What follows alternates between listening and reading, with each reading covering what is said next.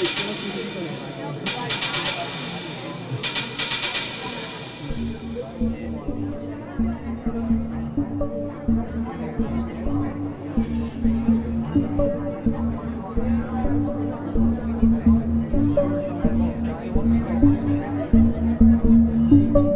they ate isn't important, and there was no point in lingering over cognac.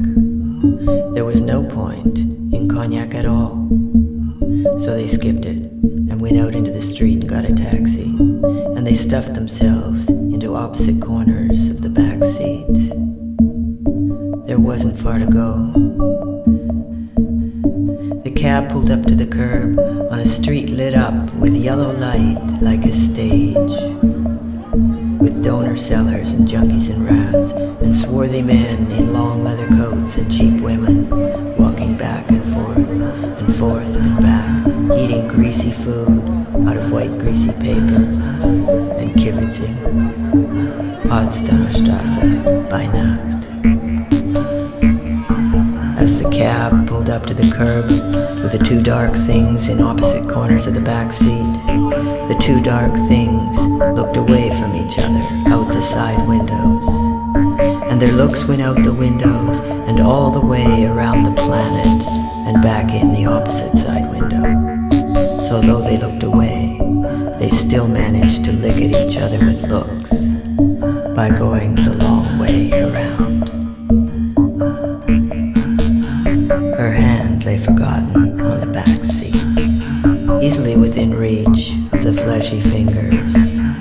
The fleshy fingers could easily have picked it up. Probably they should have picked it up, but they didn't. They didn't dare. They came close. They reached out.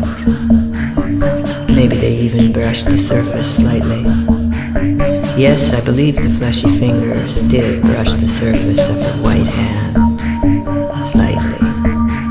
The white hand lay easily within reach, but the fleshy fingers wouldn't pick it up.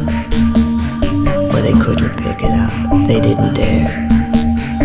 For the sad truth was, the fleshy fingers were cowards. She got out of the cab, and passing through the crowd of swarthy men in long coats and cheap women, and donor sellers, junkies and rats, she passed through the crowd and disappeared into the wall. Only the cab driver saw her disappear, because only he was watching.